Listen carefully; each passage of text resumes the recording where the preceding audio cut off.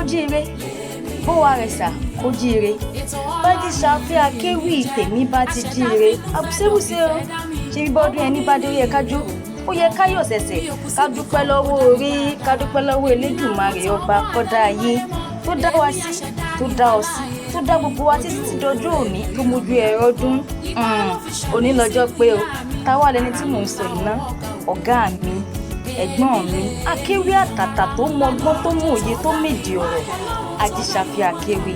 Happy birthday to you, boss. I wish you long life and prosperity. May you live long to celebrate many more years on earth. May the light of the Lord shine upon you and grant you happiness on this birthday for many years to come. Níbo wá nílùú Ajíṣàfihàn o? Níbo l'Ajíṣàfihàn ti wá? Ṣé bí Ìkẹ́rẹ́ Èkìtì náà ni?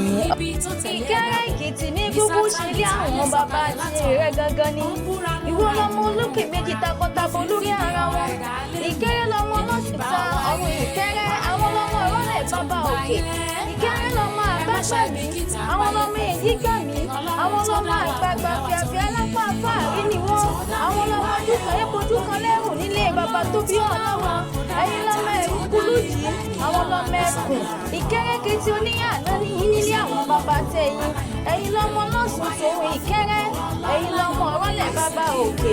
Ó ti sọdún èyí náà mọ̀ ṣàmọ́dún ní lágbára Ọlọ́run wọn bá nínú owó nínú ọlá tàìkú tí ń ṣe balẹ̀ ọ̀rọ̀.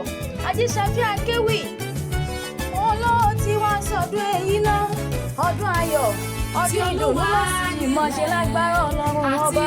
Táwọn bá ń bèèrè pé ta nìkan yẹn wí sétí ọmọ aráyé Ọmọlewa lèmi jẹ́ Ọmọlewa Chanter sá lórúkọ tèmi. Má jẹ́ kó fi mi sọ ẹ́ lórúkọ ire ni wọ́n jẹ́ ó má gbàgbé.